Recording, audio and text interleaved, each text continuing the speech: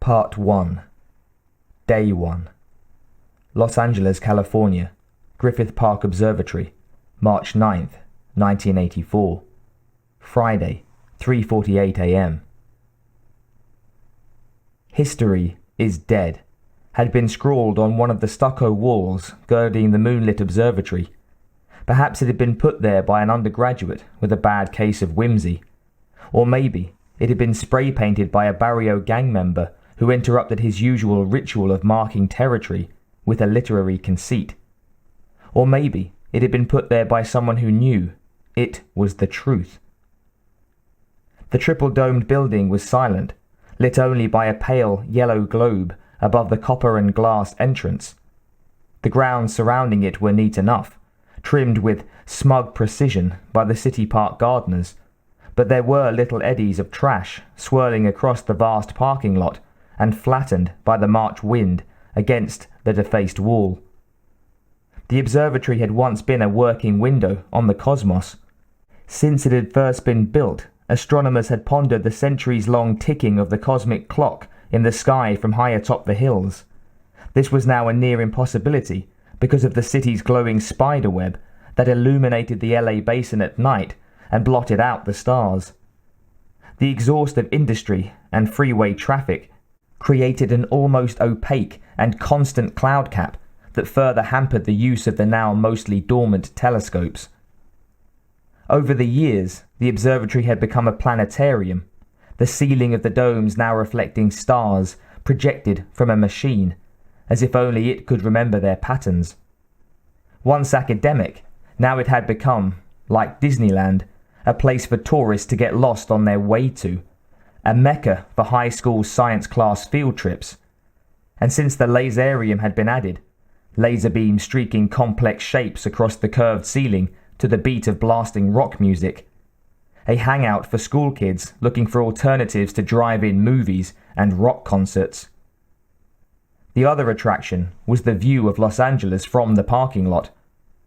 On the 30 or 40 days in the year when the air was clear, and it could get mountaintop clear with shadows like the edges of razors, couples would stay after the last laserium show to admire a more static, but nonetheless spectacular, light show until their car windows fogged up and senses other than the visual became more important.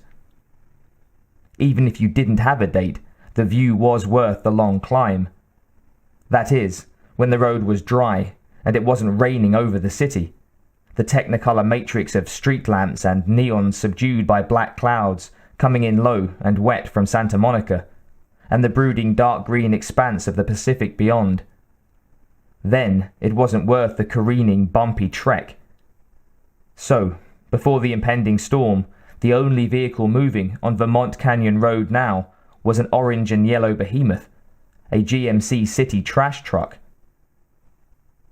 Delray Goines groped in the right hip pocket of his navy peacoat for the tiny volume control on his Walkman. B.B. King's fingers were urging his guitar strings into a righteous blues chord. Del loved this part, but his truck was losing ground. He had to gun the howling diesel engine, and in the noise, B.B. King just went away. The lightweight earphones that had come with the cassette player let in too much sound. He reminded himself to buy the older style that covered the ears completely. It was illegal to wear headphones while driving, doubly so for a city employee. But fuck it, a man's got to maintain his sense of priorities. Music before trash, Del thought. If they found out he smuggled the Walkman on the job, he'd be on the street. Again. Not that he loved his job, far from it, but he had to eat. And there was Leanna's alimony, and the snot-nosed landlord, and his dog Boner. Course, he had a decent paycheck now, and the Great Dane ate well, no doubt about that. Then no one would accuse Del of being a lightweight either. During the leanest times, he could bounce the scales past 250. Still, hauling garbage from one end of the park to the other wasn't exactly his dream occupation. 22 years ago, he was doing as he wanted, linebacker for the Houston Oilers. 2 good seasons, about the only good seasons the Oilers ever had. Then he hit a brick wall of bad luck. Knee injury, divorce, cut from the team. Most of his salary had gone into a better poker player's pocket. Since then, he'd ridden the roller coaster. There were a few ups, but mostly that sucker took him down. And now he was a garbage man. City sanitation department, field engineer. Fucking slop hauler. An old teammate recommended him, and he was hired on. Up at 2 a.m. Stagger into this metal mousse and wrestle it up a narrow gravel road to collect half-eaten remains of somebody's picnic. That rotten, orange rind stench of slime-soft garbage rode with you, see, always, like a foul living thing. He grabbed the shifting lever in his broad brown palm and double-clutched violently. He was cresting the last rise and had to drop a gear to make it. The Jimmy Diesel rattled the engine mounts, and the gut-throbbing vibrations travelled through the frame, into the steering column, and up Dell's beefy arms. He wheeled the truck into the observatory parking lot, and blinked when he saw a primer grey 68 Chevy Malibu sitting, like a blockade, right in his path. In the 2 seconds his brain required to fully register amazement, fear, and then hurt that somebody would make his job any more dangerous, any more difficult, he glimpsed a white kid urinating on the vehicle's front grille. He wore a black leather jacket wrapped with chains, purple hair teased straight up into spikes, reminding Dell of buckwheat from the Little Rascals, and grey jump pants with high rockets tucked into combat boots. A punk rocker, they called him. Dell braked hard and spun the big wheel around. The kid, maybe he was 17 or 18, didn't move a muscle as Dell's truck roared by. Dell looked in his side view mirror to see if the kid would jump back.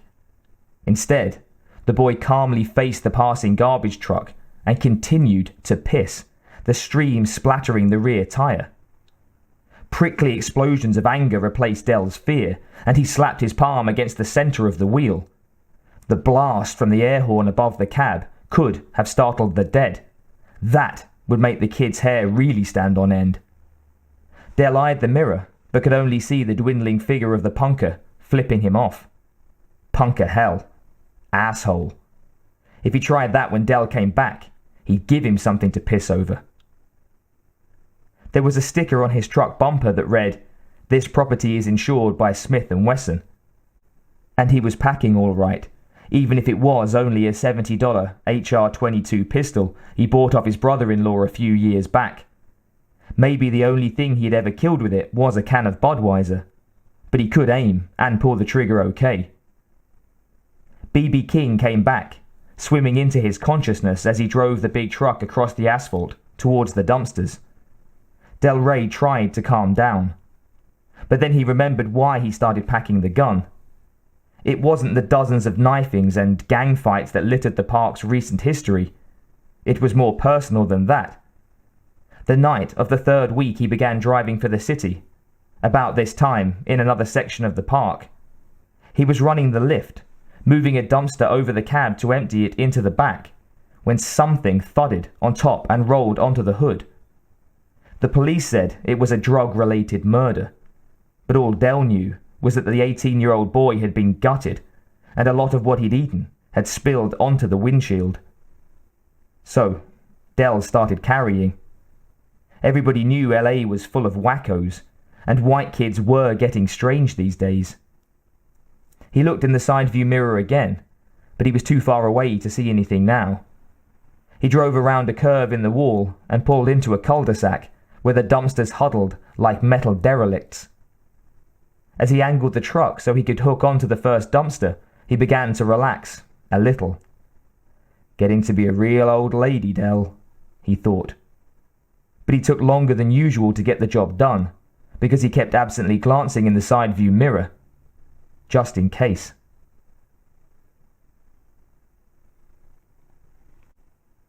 Mark Warfield was in mid-piss when the monster roared into the parking lot. Like a kangaroo frozen in the glare of a hunter's headlights, Mark stood his ground. It was fate coming now, challenging his mettle. Fate, with half a load of garbage on its back, rumbling towards him like a juggernaut. Fuck fate, and piss on it too. As it passed, he did. A moment later, as he was routing his nozzle back into his pants, the air horn caused him to jerk, pinching himself painfully in the teeth of the zipper. Then a primal revelation misfired through his wired brain cells, and he realized that fate was fucking with him, blowing his ears out, mangling his meat. He raised his fist and pointed his middle finger in the air. He'd take on fate. He'd taken on worse. Like the ground, it was fucking with him too, undulating under his feet like a snake attached to a wall socket. Although he rode it like a surfer, a real pro, sensing its movements, fighting it for supremacy, the ground won. It reached up and smacked his face, hard. He saw a flash of white, heard his own distant grunt, and then felt the swelling on his forehead where the parking lot had hit him. He laughed. He heard his buddies laughing too, probably at him. Johnny, short, fast, and dirty mean. They usually called him Kotex. And Rick, tall, bony, like a ghost in a torn trench coat. His friends. He loved them. He hated them. They were assholes. Maybe he'd cut one of them tonight. He saw a few unopened bottles of beer at the base of the coin-operated telescope, around which Kotex and Rick were dancing. They were on an observation platform at the edge of the parking lot, a million miles away, but he could hear them as if they were only 10 yards off. Their ghetto blaster was playing Let's Have a War by Fear. The three of them had started at the cafe, slamming near the stage, arms whirling, cranking up the dynamo. The energy of the adrenaline had spilled over onto the street when they left, into the parking lot where some rockabilly assholes had braced them. Kotex put one of the guys' heads through the side window of his truck, and the others had faded. The dynamo spun faster, the adrenaline and coke mixing in their blood, creating a freezing hot rush of exhilaration. Piling into Rick's Malibu, they set out to cruise, shark-like, hungry, directionless, until they found themselves in the hills. Mark dry-heaved, or maybe he laughed. Sometimes they felt the same. Kotex and Rick were fighting now, or maybe just taking a long time to fall on one another. They were going to break the bottles, and he was thirsty. That was a cutting offence. He began to crawl.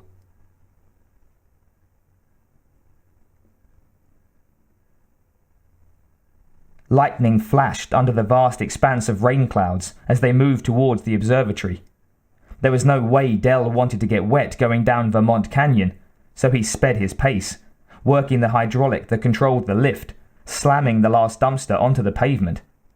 He backed away to clear the lift fork as another streak of lightning flashed overhead. That time it had come close, right above the truck. He saw the headline. Sanitation worker killed by lightning. He wanted none of that, so he slammed the shifting lever into first. As his foot pressed the accelerator pedal, the engine sputtered and died. At the same time, his headlights winked out, and B.B. King faded away. Not this shit again, he thought. Broken down in East Jesus, 4 steep miles from a phone. He tried the key. Nothing. Son of a bitch. Again, not even a click from the starter solenoid. The coarse hair prickled on the back of his neck. Maybe it was the small voice that told him his Walkman ran on batteries, and there was no sane reason for it to cut out just because the truck was acting up. Maybe it was the strange, charged feeling in the air. He slammed a fist onto the dash. Goddamn son of a bitch truck! Ain't worth a nickel in Chinese money. All this was a sub-vocal growl, and Dell was just getting wound up when something happened that was beyond the pale of the mechanical pool's sloppy maintenance. Lights were flashing, alongside and above the truck, like 1,000 instamatics popping off in his face. He turned the key in the ignition. It wasn't going to happen, no juice. Then a huge bolt of energy tore through the atmosphere and snaked along the rim of one of the dumpsters. Whatever it was getting worse. Instinctively, Dell let go of the metal keys, yanked off the metal headphones, and jerked his elbow off the metal armrest. He was wearing rubber boots. Were they good insulators? Did insulators stop electricity or pass it along? Oh, mama, don't let me fry now. The air crackled and howled like a radio stuck between two stations. The music all twisted into a dissonant squeal, and the crackling revved up like a slow-starting 78 RPM turntable, building into a heavy hum in the bristling air next to the truck, the scary don't touch hum of a powerful transformer. Dell wanted to get out and run, but if he moved, he was certain he would die. This was no regular lightning. A chaotic crisscrossing of arcing purple-white lines of energy licked at the truck, their fiery tongues lashing out like a lizard's, caressing the metal of the cab. He watched the frenetic dance of power as it snarled into a thick ball of whiplashing light. The ball of light was brightening as the bolts of energy seemed to coalesce. Dell's hair began to rustle as if caught by a breeze, even though his windows were snugly shut. Then his hair stiffened and rose straight up, like that punker. But it wasn't because he was scared, although he had screeched past scared 30 seconds ago and was now overtaking terror. It was because static was everywhere, filling the cab with the pristine, tingly odour of ionized air. Then Dell's ears blocked up as pressure increased on them. The ball of light exploded into purple slashes and something erupted into existence with a sound like a gargantuan Mean Joe Green slamming into the Rocky Mountains. Dell ducked as the pressure leaped, slapping the window and pulverizing it into tinkling fragments that sprayed Dell's back. The backwash of the explosion sucked air out of the newly vented cab with a crack. Then things seemed to settle down. Dell slowly sat up, gingerly feeling for cuts. He was okay, except that his ears had something in them. The concussion. Trying to pop his ears with the palms of his hands didn't help either. His throat tightened, but he couldn't swallow, because the deafness didn't matter, because he was looking at the vapor cloud where the explosion had been, rapidly dissipating in the chill wind like steam. And something was in there, where there hadn't been anything before. Dell didn't want to look. But he knew he had to see what was going to kill him. There was no doubt in Del Ray Goines' mind that this was something supernatural, and that it was for him. And, since he was basically a rotten bastard, it was here for his death. And you must always look your executioner in the face. So Dell turned his head and saw the white lump in the clearing mist. It had come from nowhere, and now was there. He could see it breathing. Then it slowly and gracefully unfolded into a naked man. The military short hair was smoking. The skin was covered with white ash that fell away like fine flour, revealing baby pink skin beneath. But this was no infant. Dell had seen bigger men on the scrimmage line when he was with the Oilers, maybe even some who were stronger, but not as perfect. The muscles bunched and loosened in smooth, fluid motions, rippling the beautifully sculpted torso. The arms were a study in powerful symmetry, the angry curve of the biceps narrowing with precision at the elbow, then expanding with awesome mathematical balance into thick forearms that flowed into almost gracefully thin wrists.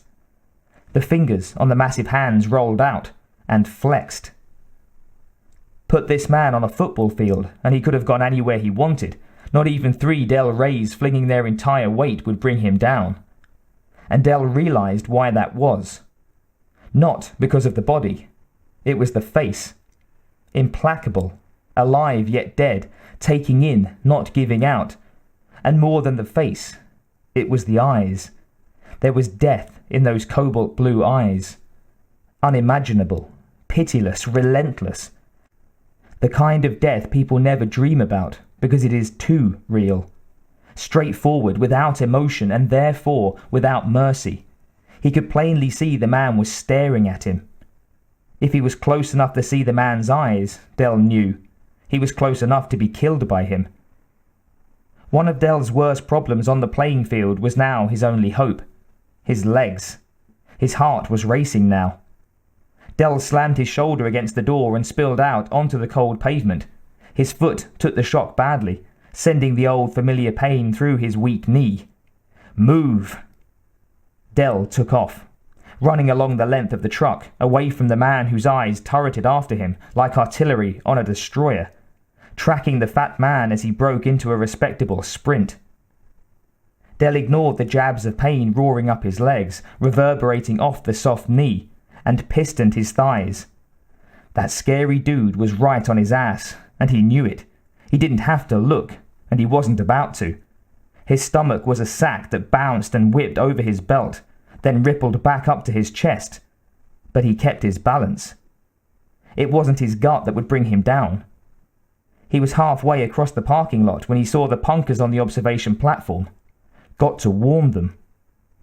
Then he remembered the kid pissing on his truck, and he cut them out of his life. They could take care of themselves. Besides, they might slow that guy up, the man from Glad, ready to wrap your soul in cellophane, freeze it for later. He ran like a son of a bitch, the run of his life, past the primer grey Chevy Malibu, past the punks, down the winding driveway, then plummeting down the mad incline of Vermont Canyon Road. Now he couldn't stop if he wanted to. The momentum lifted him along as if he were caught in a giant's hand, until his knee did fold and the earth caught him on the ass and slid him off the road and down the steep incline. He rolled, passive to the forces of gravity and inertia, content in his agony to lay where he wound up and decided by them. He came to rest in a clump of wet weeds about 2 feet from a chain-link fence, on his back, body limp. And then someone turned up the volume on the world. His heavy breaths became audible, and he sobbed. "Welcome back, BB." Dell sat up slowly, the world wavering as he did so. The road above was empty. No footsteps, no demon man from Glad. Touchdown. His mind babbled every prayer of gratitude he had ever been forced to learn. He was sitting on something that dug into his hip. He groped down there and felt the body-warmed metal of the .22 pistol. His deepest and most sincere prayer was that he had forgotten to use it. He didn't know why he sensed it wouldn't have stopped the man, and Dell didn't care. He clambered to his feet in the moist earth and continued limping along the fence, away from the observatory. Unemployment was beginning to look very good to him. He was one of the few who survived the Terminator.